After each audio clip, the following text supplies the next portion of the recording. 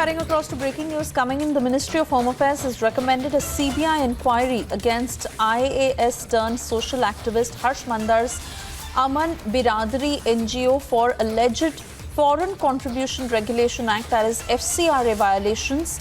We are learning from government sources that Mander was among the most ubiquitous faces in the protests against CAA in Delhi, and he has also been called a Congress sympathizer for having worked closely with Sonia Gandhi.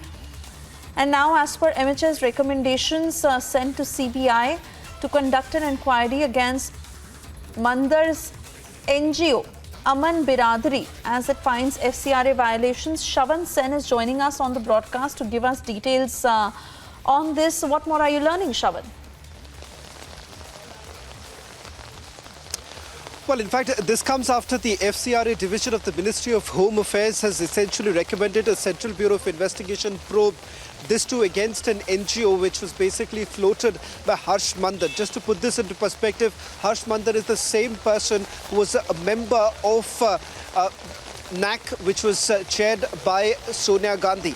In fact, as far as this particular NGO goes, what the FCRA division has essentially recommended is a CBI probe based on certain probe that was basically carried out in terms of foreign contributions. In fact, they say that they've come across multiple irregularities and they're essentially looking into the source of funding of this particular NGO. Over the last couple of months, we've essentially seen a massive crackdown that has been carried out by the FCRA division of the Ministry of Home Affairs. In fact, cancelling the FCRA license of several such NGOs. In fact, the Rajiv Gandhi Foundation, their FCRA license was also suspended by the government after they came across several violations. Remember, almost all NGOs operating in India, they certainly have to take a license as far as foreign contribution is concerned.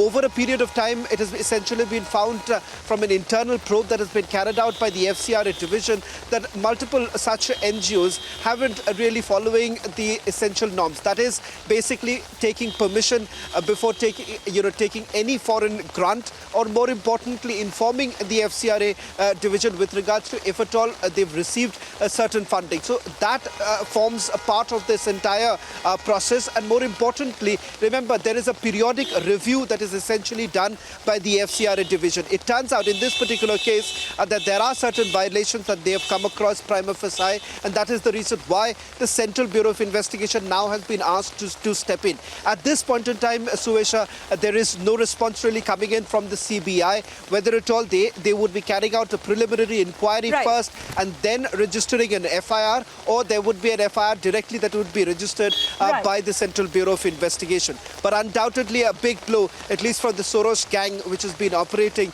in India. Some of these NGOs which have been directly receiving funds from George Soros. As far as this NGO goes, at this point in time, no clarity in terms of what exactly are the violations have they really spotted.